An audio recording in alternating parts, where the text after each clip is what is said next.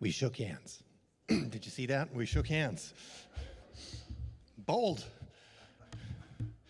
Now what? I love that for a conference title. I also love to be in a room full of people. Again, microphone. This is fantastic.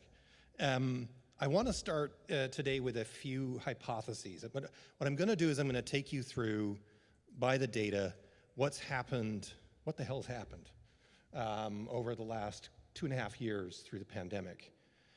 And then we'll talk a little bit about how you might respond as an employer. But before I do that, I want to set the stage with some thoughts. I was a business strategist by training many years ago, and then I fell into human capital. But it's left me with a bias I want to share with you, which is especially appropriate today.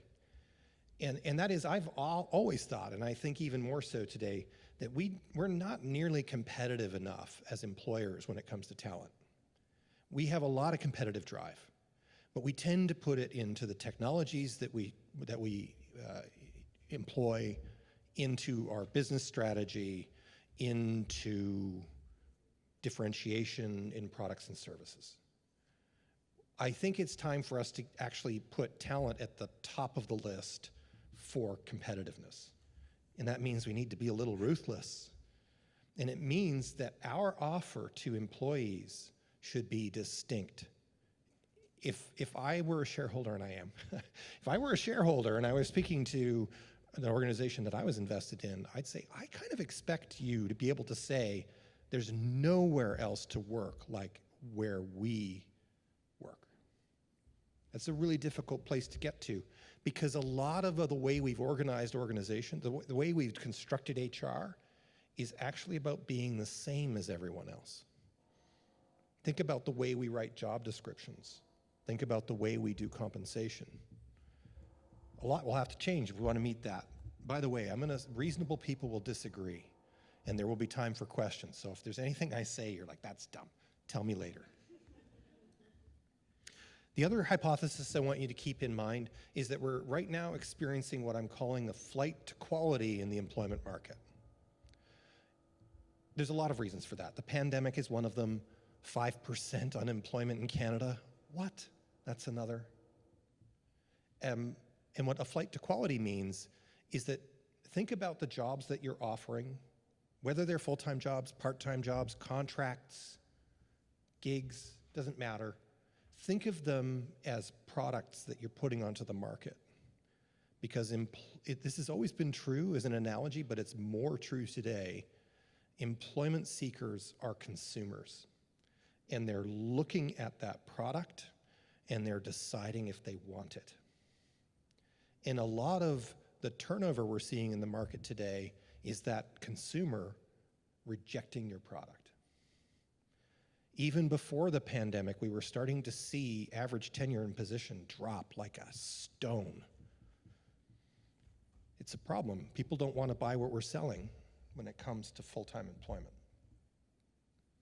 One more thought, and then I'll actually present. Now is the time to be a small and medium enterprise or an entrepreneur. Big legacy organizations like Deloitte and RBC, we're good.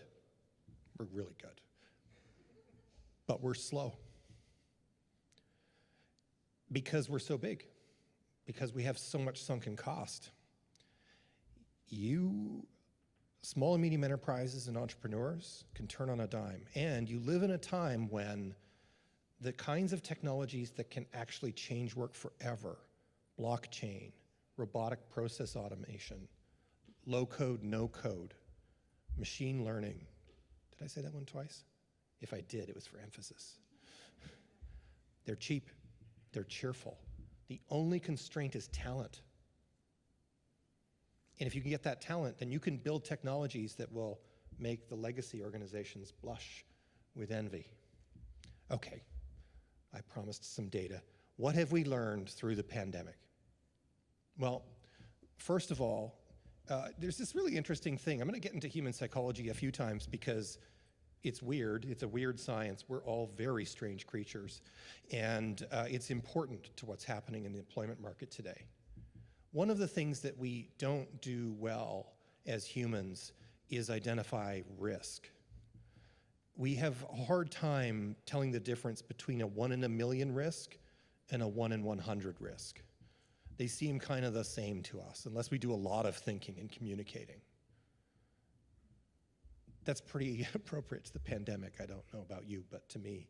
Some people working on their own in the pandemic, single, no family, isolated job, felt like they would die if they left their house. That's no joke. The other thing that's funny about human psychology is after a major event, after something shifts fundamentally, we tend to look back at it as diminished. We have a hard time, if something's significant, honoring that significance for very long. This slide is significant. We have never in human history seen a human change in behavior at scale globally like we did in the pandemic. All around the world, a certain class of employees went home and worked from there. I'm in Ottawa today. Oh, by the way, I live in Ottawa, and thank you for having me.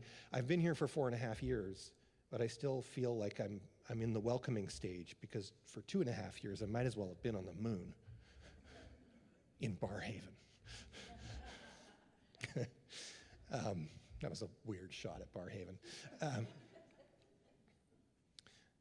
So this was fundamental. This changed businesses in ways that, well, since I'm in Ottawa, let's talk about the federal government. I know that if in 2019, if I'd asked a deputy minister, an ADM, a DG, a manager, a frontline employee, whether the federal public service could work from home, do you know what their answer would have been?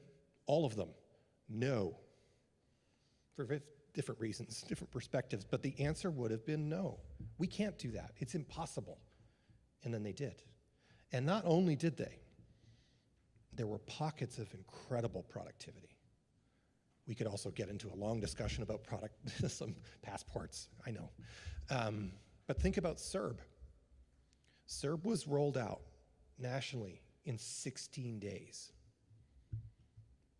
Now, I have asked friends in government, I asked one friend in government who actually got very excited and got up to her whiteboard and mapped out for me how long it would have taken to pass CERB in 2019. And her conclusion, after many arrows and dotted lines and boxes, was 3 years. And that, believe it or not, most of that time was not what you'd think. It wasn't the legislative process. It was the risks and controls and processes within the departments themselves, multiple departments that have had to collaborate through official channels. Wow. So the reorganization of work suddenly allowed for dynamic outcomes. And that's really important to remember, because it wasn't just that they let process and risk go, but they were able to organize strike teams across geographies and department boundaries more easily because the physical constraints were gone. What I'm trying to say to you is, well, there's the Hamlet quote, nothing is either good nor bad, but thinking makes it so, right? And I think that's very much true of the way we worked in 2021, 2022, 2020. But certain populations were left behind. We have to remember that the people who are most likely to benefit from that kind of work from home flexibility, that increase in autonomy, were those that were already highly educated, already had the best jobs in the country, already were more likely to advance quickly in their careers. Guys, I'm trying to give you a lot of code for white male. And so we need to do a lot of thinking, especially if we're going to continue these strategies, about how we're going to do it inclusively. And I'll give a little bump here to my favorite topic. I believe, I got in trouble for saying this back in 2018, but I believe connectivity is a human right. And I think the reason I got in trouble was a fair debate. Some academics who heard me, they were in hearing distance, said, well, wait a minute, what about poverty? What about access to food, access to water? Surely it's weird for you to say that the internet is equal in terms of right to those things. And I still think, yes, it is. Because I think if you want economic prosperity, which can help with those other issues, you need to be able to connect. Increasingly, how can you get an education? How can you reskill? How can you get access to these jobs, some of which are now becoming virtualized and could be done anywhere unless you have a connection? There's a lot more to this topic than that, but I also want to point out a little bit of a human irony in the psychology of the employment market today. You probably all heard about the Great Exhaustion. The term was first coined in 2020. Economists were like, whoa, what is happening? Some very common seminal studies were starting to return much higher numbers than normal in things like people feeling overworked and exhausted. Now, early on in particular, we put this down to, oh, it's a pandemic, right? If people are under stress, that must be it. But this number of people feeling overworked and exhausted has actually sustained at unusually high levels. Deloitte did a study with Life Labs last year, by the way, on leader wellness, and it was bad. 80% of the executives reported symptoms that we would associate with overwork and with the potential for bad wellness outcomes. And by the way, thank you, leaders, as one of the reasons why that happened is, I don't know about your organization, but in most organizations, we haven't talked very much about leaders for the last couple of years because we've been very busy taking care of the workforce. But just remember, going forward, put your own oxygen mask on first, right? So here we have people feeling overworked and exhausted, and please remember that because I'm going to come back to it in a minute. Oh, by the way, if you're wondering why people feel overworked and exhausted, I always find an example is helpful. I don't know if you've ever heard of this term, the Swivel Chair Job. It's a rolled up classification of jobs that's quite handy because what most of those workers do, and there's a lot of them in Canada, they take data out of one system. Usually will do some sort of transformative thing with the data, and then they put it back where it came from or into another system. That's the swivel chair. Data, data, data. Okay, most of those Canadians, and there's tens of thousands of them, in 2019 would have worked in big offices somewhere in the suburbs, most likely. So there was a bit of a battle rhythm to work every day. You get up, you get dressed, get on the bus. People you know on the bus because you take it every day, so there's a social element. You get to work, you have coworkers. Sure, your work is transactional and you do it by yourself all day, but that's just part of your day.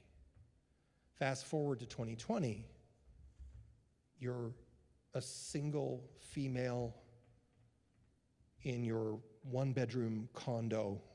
As I said earlier, you've been told if you leave, you'll die. And you're transforming data on the corner of your kitchen table every day. Now, this is where my business psychologists say, hey, Stephen, would you do that for very long before you went, wait a minute, why do I do this? And that is what has happened at scale. Oops. Right, I forgot I switched this slide. At scale. And that's why we saw this great resignation, particularly in the United States. Boy, did they take this seriously. When they do a change, they mean it. Almost 25% of the US workforce over a 3-month period left their jobs. Can you imagine that? You have to imagine because it didn't happen in Canada. In Canada, we had higher than normal turnover for a sustained period of time, but it was quite reasonable and muted and polite because we're Canadian. But look what Canadians do. Bottom right-hand corner, that scares the hell out of me. They stay in their jobs and get really mad about it. And if you're in the HR business, you know that that's a silent killer. That can be worse. while we're at it, let's talk about quiet quitting. God, what a dumb hashtag that was. But let me say why. Quiet quitting is not new. In fact, it's my friends at Gallup who got particularly ticked off about this because they've been talking about it for well over a decade, 2 decades actually, dating myself. Because they've been long tracking levels of engagement. If you know the survey, around a third of workers at any given time in any given year are disengaged. 2/3 of workers are not in the engaged category. So you've got anywhere from meh to I hate this in 2/3 of the workforce. That's quiet quitting. That's people who don't want to give any more than they absolutely have to give. And it's been the problem of the 20th century. And it's becoming the problem of this century. Not new. And the problem with quiet quitting is it's getting associated with work from home, as if work from home has created this problem.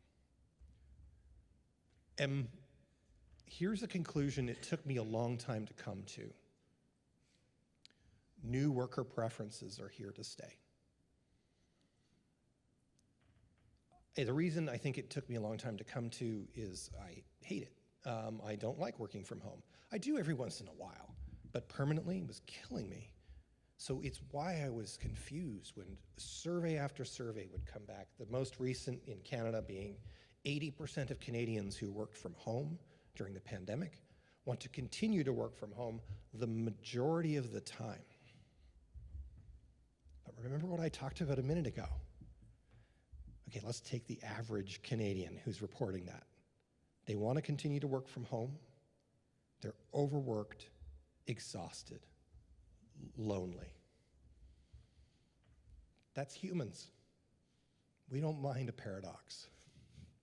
But it's very important as employers that we appreciate that that is happening. That the same worker who, and by the way, it's my consumer friends that help me understand this. They're like, the people who are on the consumer side of consulting say to me, oh, we've known this about consumers forever. If you give consumers a choice and that improves their autonomy, they will never give it back to you. And if they do, they're going to be mad about it. It's the same thing. But the act of going to work, now that it's become within this context of autonomy and flexibility, is hard. My favorite analogy to explain is it's a lot like going to the gym, right? We know it's good for us to go to the gym, but that doesn't mean that when we wake up in the morning, we can't convince ourselves not to go, right? When we do go, we appreciate it. It also doesn't mean, though, the very next day, we might still think, I don't want to go today, though. And that's where we are. We're trying to learn new patterns, especially in the professional class of employees, and new habits that haven't been formed yet. I was just at the Economic Development Conference in Saskatchewan, and I got a great question from the audience. They asked, do you have examples of organizations that are getting hybrid right? And I said, no, next question. It's not easy. Okay, let's get into why it's not easy. Oh, I forgot, I have an Ottawa slide. Okay, so this is all changing, but what about Ottawa? So you'll notice the green bar at the bottom, those two bars, the green and the blue bar, are both Ottawa, the Ontario part and the Gatineau part. And we are amongst the top in all of Canada for the percentage of workers working from home. Ottawa so far is getting its way with preference. Yeah? Now, I do think it's important to caveat that with the data that you see on the bottom right-hand corner. Remember, our industrial mix in Ottawa is primarily the types of employers that do administrative, professional services type work.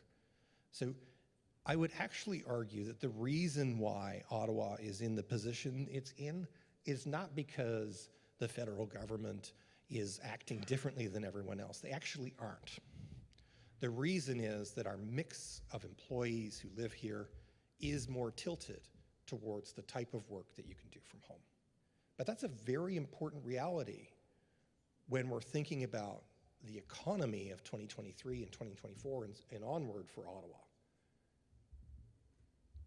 It actually means that what we're talking about today is probably even more important here than it is in Lethbridge.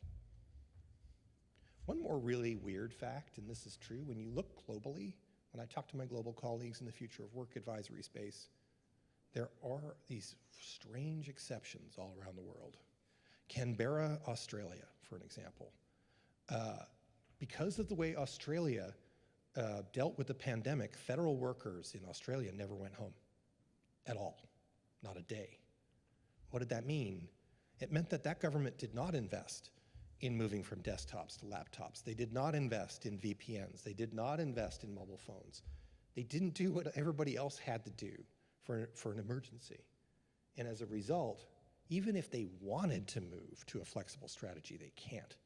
The same is true in the heart of the US, in places like Iowa, or I won't name other states, you get my point. Because again, those smaller cities in the US kind of ignored public health officials and stayed at work. So in order to have this opportunity, we had to take it. So here's an interesting thing for you to think about. What would have happened if the pandemic had occurred in 2005? Wouldn't have worked. We didn't have the technology yet. And this brings into the conversation a really important thing to think about. The fourth industrial revolution, I started writing about it in 2011. It is not a new topic. We've been seeing it coming for a long time.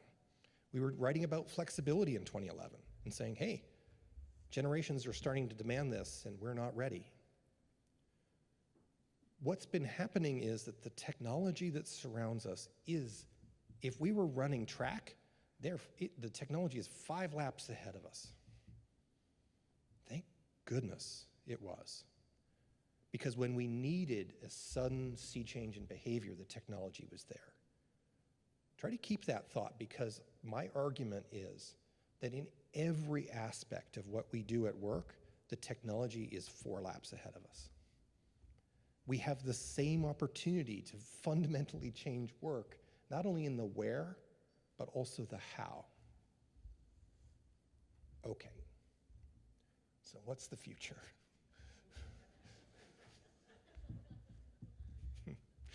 One of the things we know the market's shifting towards slowly but surely, and I see a wonderful Carlton poster that says it right there, your hiring potential.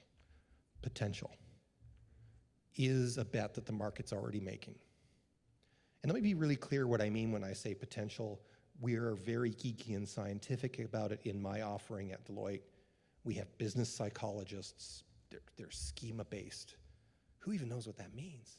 It means that they think about mental models, they map them out, they teach leaders how to think, not how to behave, and they have these great psychometric platforms in which they can assess leaders. God, it's expensive. But what do they measure? They measure people's drive, their conceptual thinking, their empathy, their social flexibility. Those are psychological factors that are largely baked by the time you're 7, 8 years old. But they also are incredibly predictive of future success. Much more predictive than whether or not an employee was successful in their business metrics. And what we tend to do is we tend to go, we've got somebody in an entry-level position, they did it really well, let's move them to the next role. And we're always surprised when that leads to failure, which it does, sort of a random portion of the time. But the theory now is if we do a better job measuring potential, we can line people up to their strengths so that when we do move them up, we're moving them up into an area where they're more likely to be successful. This shift in thinking around potential is about learning. So instead of talking about high potential and low potential, we're talking about fast potential and slow potential. By the way, there's nothing wrong with slow potential. You can have a great conversation with an employee to say, we're going to put you in front of something you're going to need to learn, And we know for you it's going to be hard and it's going to take time. Do you want to do it? This doesn't have to be about weeding people out. It can be about positioning. The good news is that same battery of tests that we do for senior leaders is becoming more and more attainable in the employment market. If you haven't heard of them already, there's a great Canadian company called Plum out of Waterloo that has industrialized potential assessments. Really, really low cost per employee. What a great approach for recruiting, if nothing else. The other way that we're seeing organizations bet on potential, if they're larger, Unilever has led in this, and I talk to the federal government about this all the time. I can't tell you how many times a week a client will approach me and say, I can't find skill X or Y or Z. What do I do? And I'll say to the federal employer, hold on, you have 320,000 employees. Are you telling me that nowhere in that organization is the skill you're looking for? Or are you telling me that you don't know where that person is, and even if you could locate them, you probably couldn't access them, because those are two different problems? We're seeing more and more organizations try to create fungibility of talent to overcome the irony that they already have the people that they need, they're just in the wrong place at the wrong time. So this is where the internal talent marketplace idea came up for Unilever, because they've got this problem exaggerated. Massive company, but also global. So they've created, like, think of it as an internal gig economy. So people can put up their hands and join a project anywhere in the world. And the most important part to me, and the reason I put it on this slide, is they're not asking for CVs.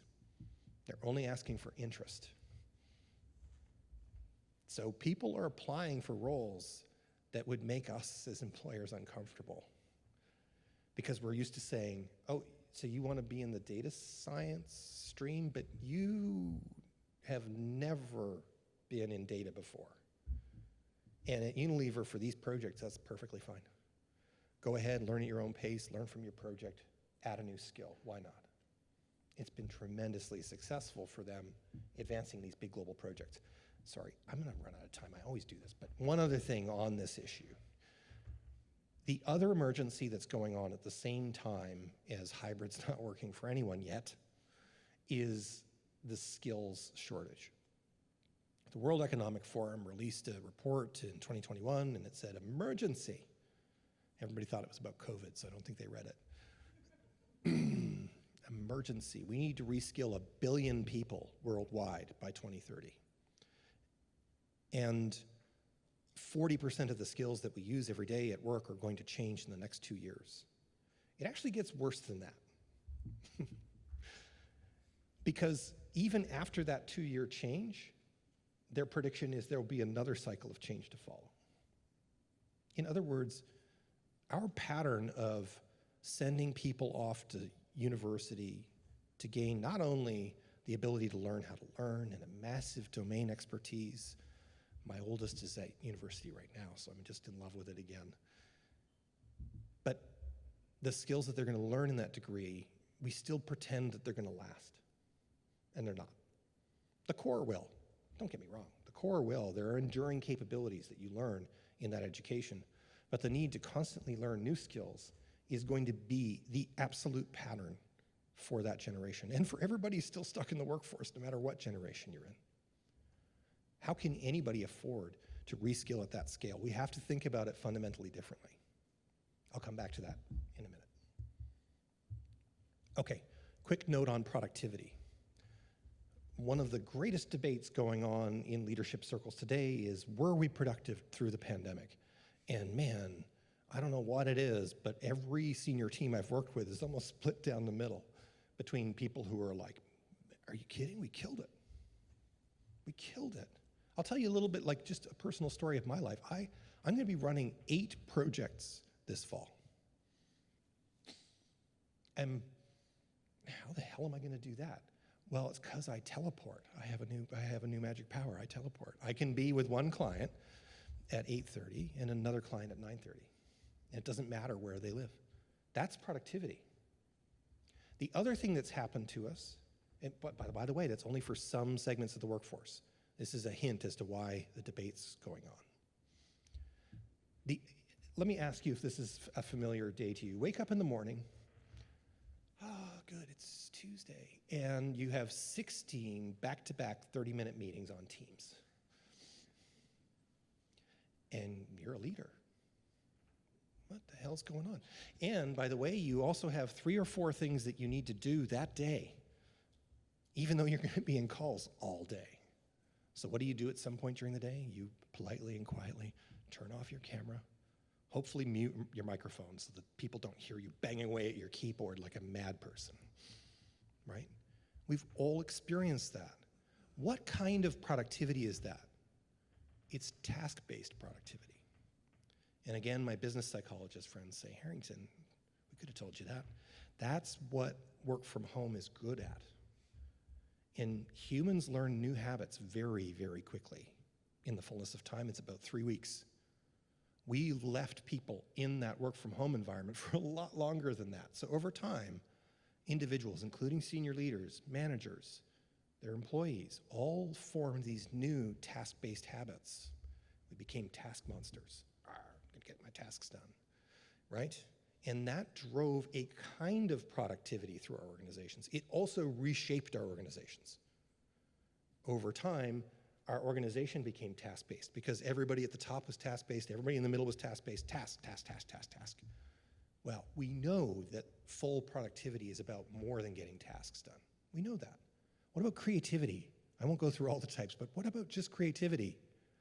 My job is solving problems. But today, I solve problems in 30-minute blocks. I can't tell you how often I leave a call and go, the most important thing I could have said, oh, well, I'm in another call now. That is not conducive to creativity. So here's the truth. Productivity has both greatly improved and absolutely collapsed at the same time. And by the way, the problem that I've identified for you, this way into this conversation, also describes why hybrid isn't working. Because if you've become a task-based worker, and then you go into the office, what have you got? 16 30-minute back-to-back meetings on Teams. It hasn't changed. The battle rhythm of the organization is task-based. Now you're in the office and you can't enjoy it. That's why so many employees report to us in focus groups. One, I can't afford to commute, not because I can't afford the money necessarily, sometimes that's the truth too, but also because I won't be able to get all my tasks done. And I hated the experience because I didn't really get to do anything that I wouldn't have done from home. It also explains why people are exhausted and overworked. We know that if we leave people, especially people that expected to be creative class, are used to that, doing tasks all day, they're miserable. It impacts their wellness. It makes them feel overworked. I feel like this is a eureka moment, right? So what do we need to do to make hybrid work? We need to fundamentally change the way we expect people to work. I have one client who's gone this far. What does the workplace in a hybrid model need to look like? It needs to look like a place where you fear missing out. I'm trying to be cool, FOMO, right? That's what your workplace needs to be. It needs to be a magnet. And one of my clients has said, you know what, we're gonna try pushing that so far that I'm gonna warn employees that the workplace is gonna be loud and disruptive. It's gonna be a place of creativity, innovation. It's gonna be a party. If you wanna get your tasks done, do not come into the office. And by the way, when you do come into the office, you have full right to cancel any meeting you don't think you need to do that day. I thought it was a really interesting way to try and jolt a company back into a different way of working. But we have to rethink the way we run meetings, the way we give out tasks, and the way we manage performance if we're gonna make this new type of productivity work. Here's a really quick, this is the geekiest thing I'm gonna say to you all day. I promise it's a topic that I'm obsessed with that hasn't happened yet. So if your questions at the end are, who's doing this already? I don't know. We are. We have a few clients around the world that are experimenting with this idea, but it comes back to my flight to quality premise. Remember, I said that the jobs you're offering, no matter what type of job it is, it's a product that people are buying. If that's true, then we need to design the product. the way we would design a service, the way we would design a product that we give to our customers or our citizens. So this has introduced this idea that we've had this long history through industrialization of essentially learning from the people who learned from war. Right? World War I, World War II were extremely informative when it came to business management. And that was all about structure and authority, right? And then that became a conversation about process improvement, just like they improved the supply chains in World War II.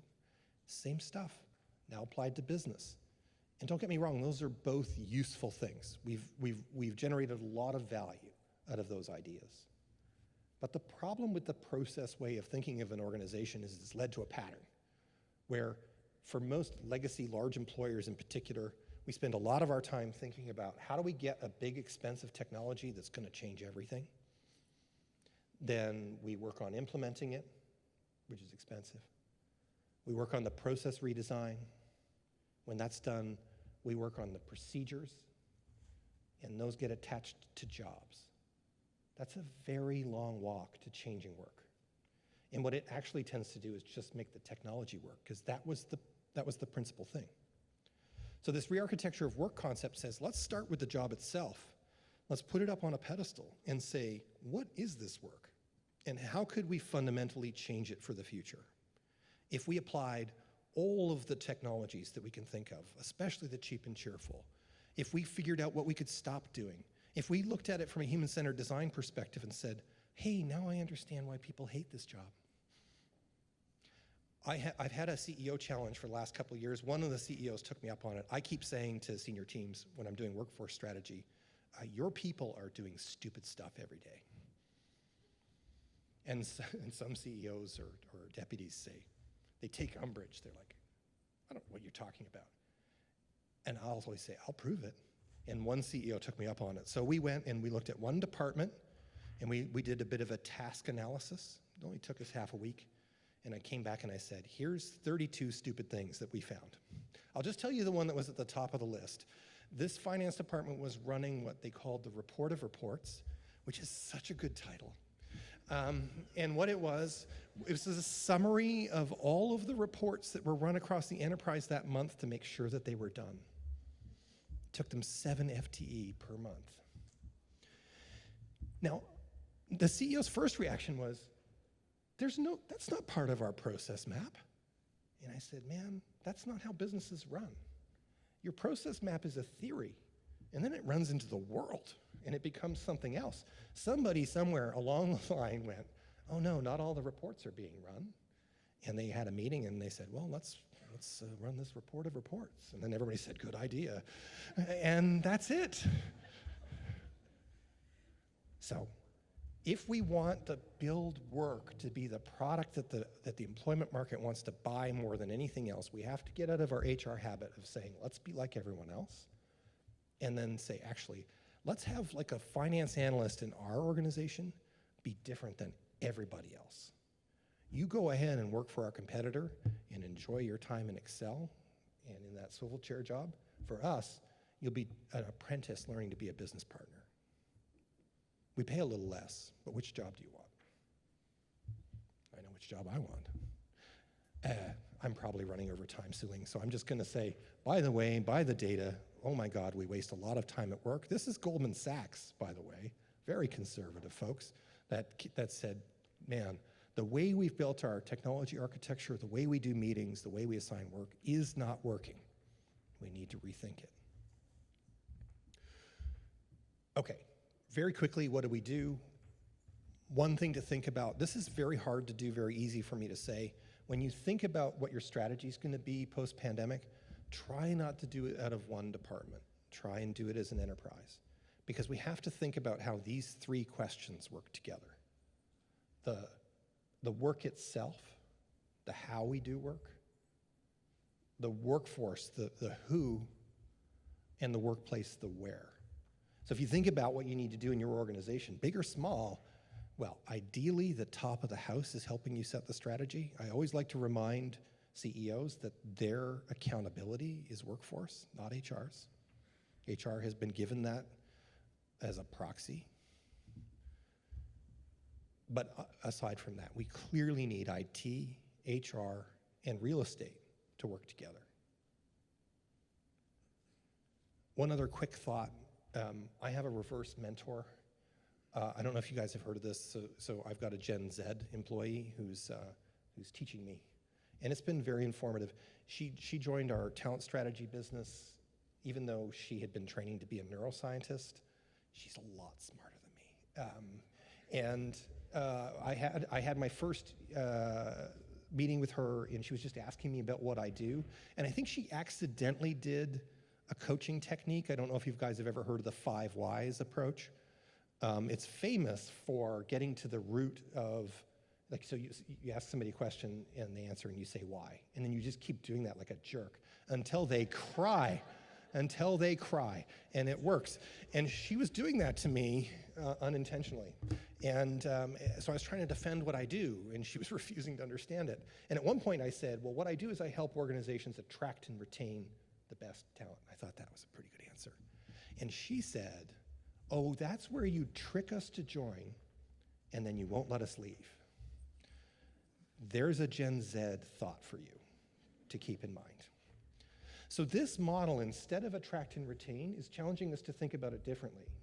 How do we think about accessing talent?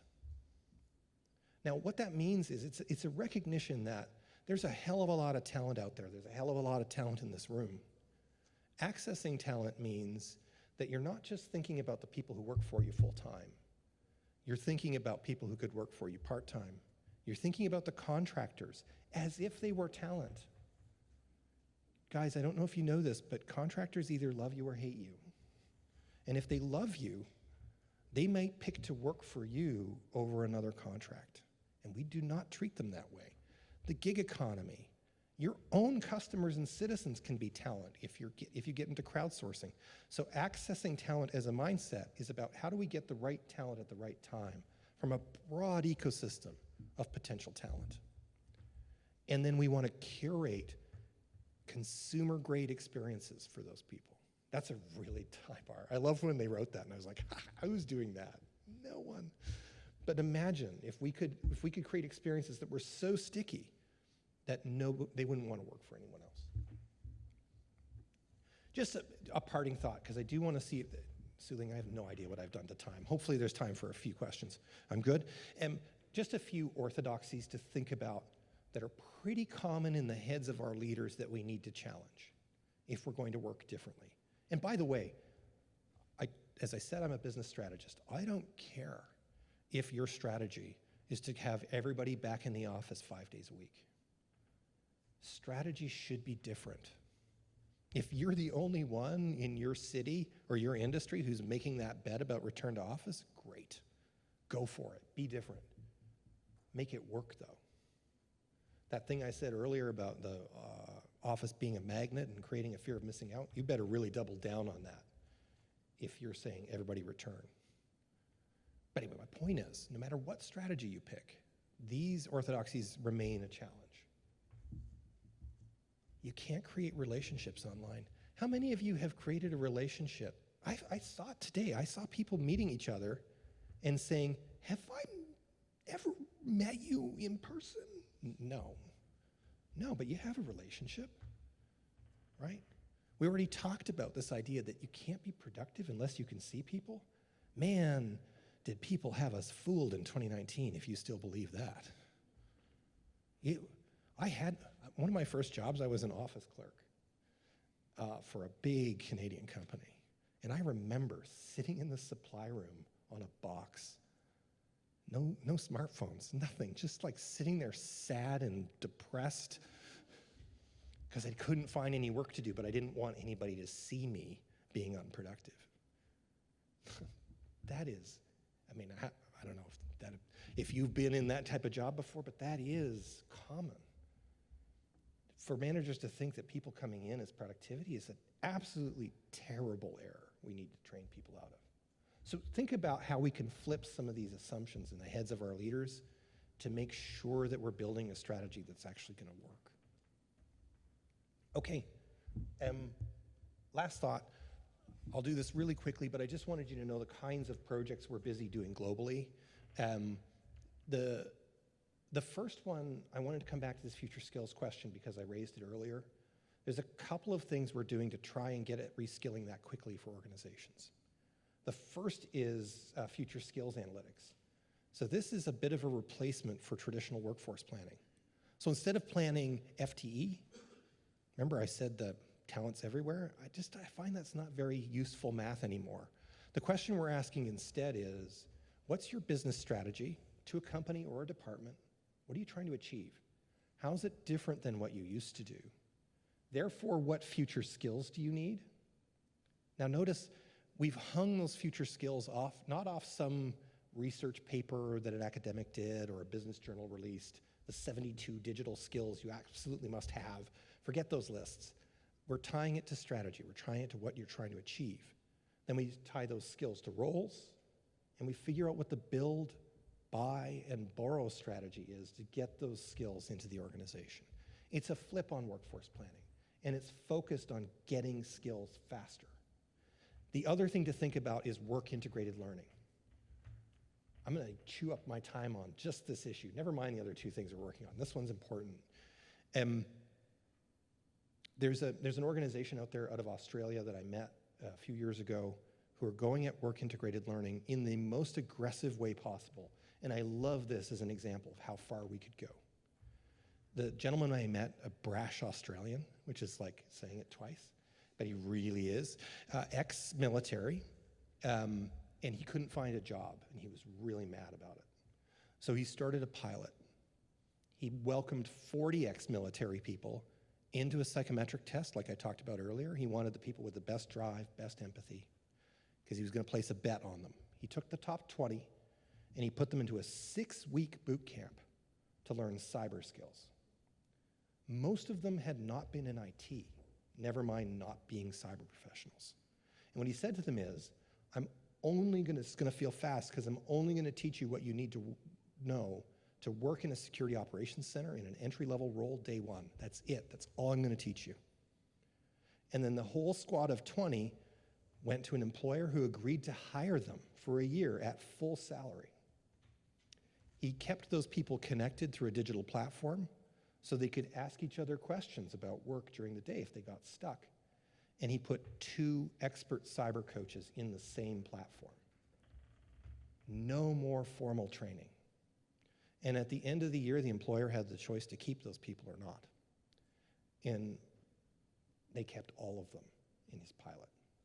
So he since has expanded this globally, now teaching multiple skills, not just cyber, and multiple talent sources, indigenous, women in technology, anybody who's been frozen out of the higher level skills. And his central insight is, we have learned from universities a little too well. That seminal education is so stuck in our heads that when we go to reskill, we do it the same way. We say, let's teach people 100% of a domain, and then they can go into the employment market and beg for a job where they use 5% of what they just learned. And what work-integrated learning is saying is, let's just teach them the 5% and then get them to work where they will learn a lot more of their domain on the job. If we're ever going to reskill at the pace that I've described, we have to think about learning fundamentally differently. Thank you. Thank you for listening. Much appreciated.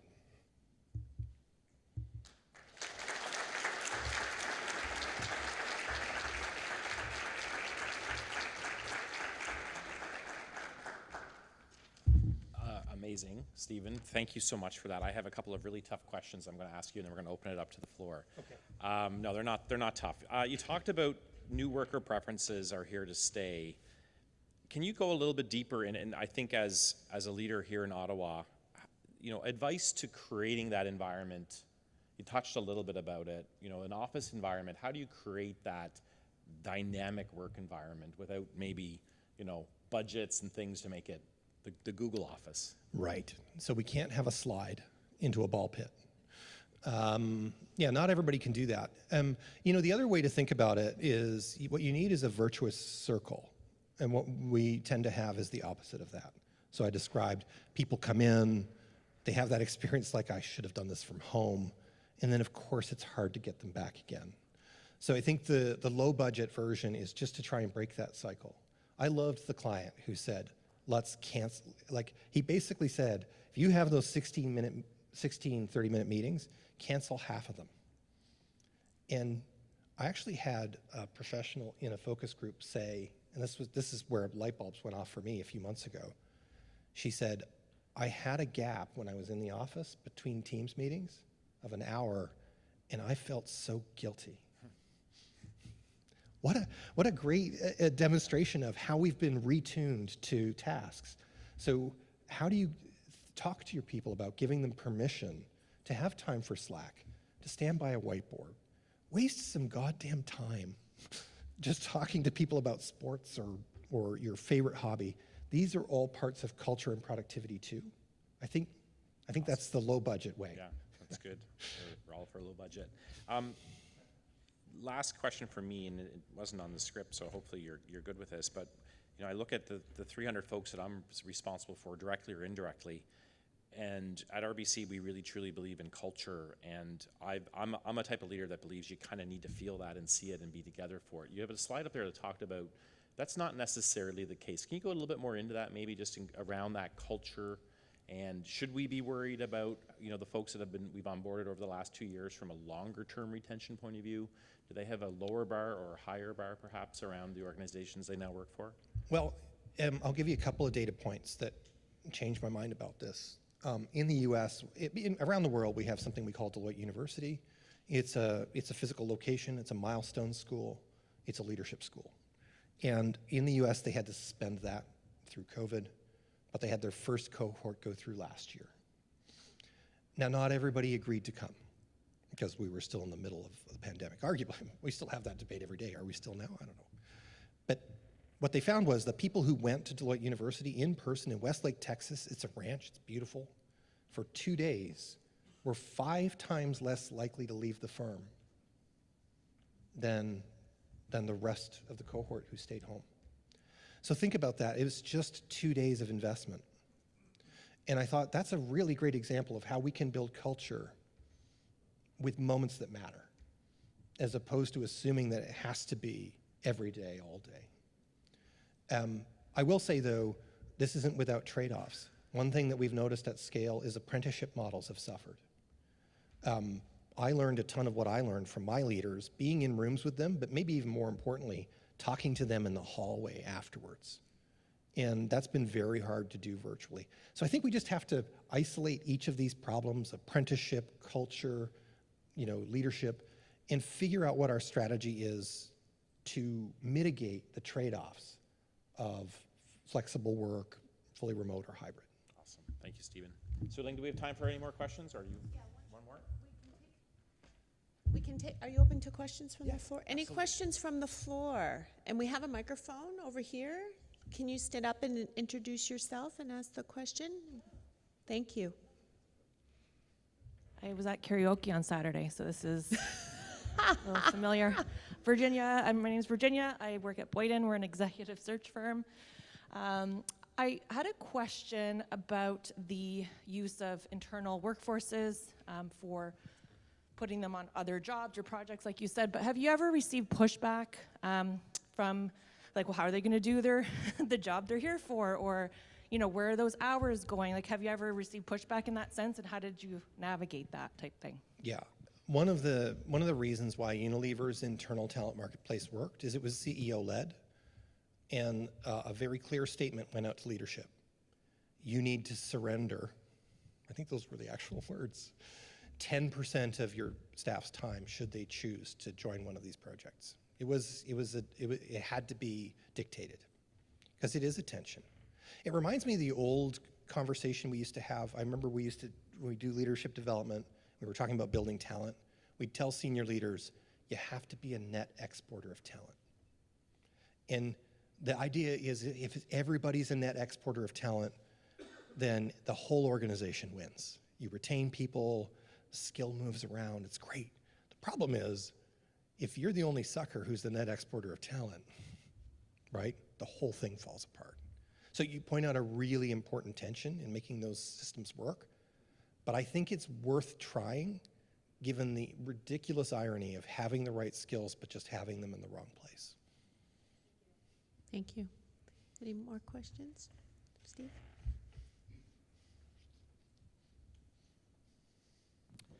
Good morning. I was fascinated with everything that you said. Without being self-serving, I worked with 5 generations during the pandemic, but it was all volunteer. So 14-year-old and a 91-and-a-half-year-old person. We're all wired differently. So what is a solution for the small to mid-sized companies and the RBCs, and thank you for sponsoring this, to synergize that? That probably you answered a lot of that, but what are some things we could be doing? Yeah, well, let's talk about Gen Z for a minute. Are there a lot of millennials here? Hands? Millennials? Okay, it's not all about you anymore, sorry. That was Gen X revenge right there. So Gen Z is different. Gen Z, does anybody know why? They were called Gen Z by generational researchers, by the way, because they're the so-called last generation. And the reason generational researchers think that way is they would say, there's no unifying experience anymore. Media is fragmented. How are we going to figure out what the seminal thing about a generation is when they're having all these different experiences? Well, then the pandemic came along. Now Generation Z has had their generational moment. And what we don't know is how they're going to react to it. So far, it looks like millennials on steroids. Purpose has shot to the top of the charts. The flight to quality, Gen Z has even less patience for entry-level jobs than millennials did. But think about one other thing about Gen Z. I don't know about you, I've got 4 boys, believe it or not, and they all play video games, and I've watched them do it. And they'll be playing the video game, let's say Fortnite. There's a text chat channel in Fortnite, which they're on. They have a headphone in, which is tied to a voice chat with a completely different group of people, some of whom aren't even playing the same damn game, who they're talking to. And they have their cell phone in their lap in case they need to look anything up. Now, we talked with millennials about a technological disconnect. It's going to be even worse for Gen Z. That's the way they work optimally. And by the way, that's a superpower. And so far, we're asking them to turn it off when they come to work.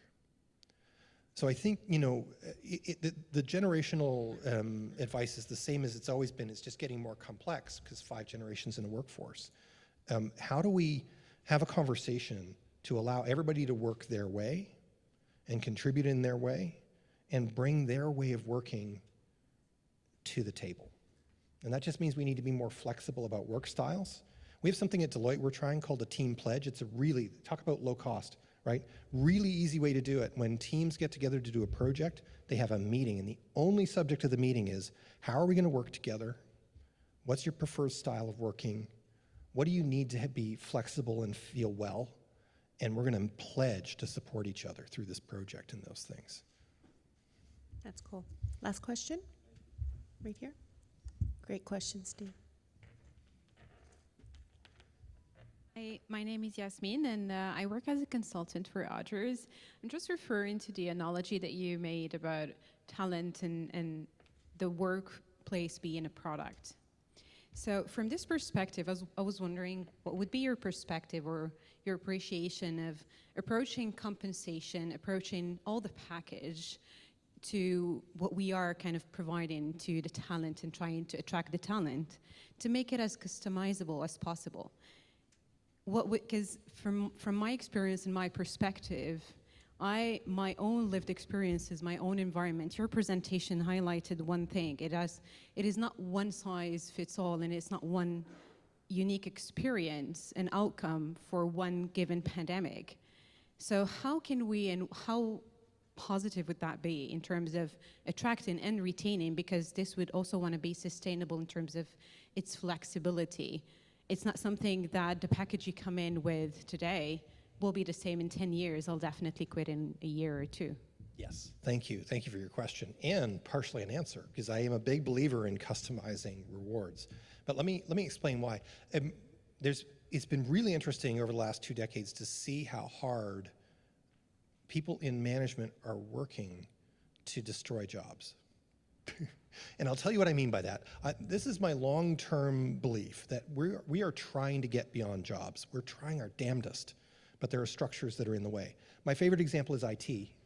If you know Agile, if you know true Agile that includes Scrum methodology, and I witnessed this at a US federal organization, IT department of 2,000 people, and I went in to their Kanban board. So there's a board up that has the whole project on a board. It's in stickies, and 15 minutes every day, the whole IT team gets together and they look at that board and they talk about what they're going to do that day. And that day, they had what's called a blocker. There was something in the project that if they couldn't move it, the whole project would shudder to a halt. In the old IT world, what that would mean is 70% of the IT people would go back to their desks and quiet quit. But in Agile, they all agreed to go fix that problem together. And they did it like that. And nobody in a unionized IT shop said, that's not my job. Fascinating. And they were all paid differently. Nobody thought about it because they joined a team and there was work to be done and they were going to do their part. Fascinating, right? So I do think, I hope that's illuminative in a way in to say, I think for a long time we've wanted to make work itself more flexible, and rewards is one of the things that's been slow to change. And people will think that equity is the reason we can't do it. And we've been getting into equity analytics to say, wait a minute, no matter how individualized reward gets, we can, whatever system you deploy, no matter how broken into pieces it is, and no matter how many options, we can use analytics to prove equity. That shouldn't stand in the way.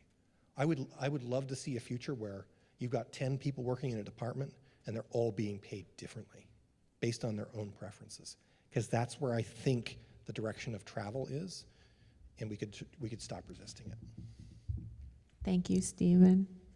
That was a fascinating presentation. Yes, thank you.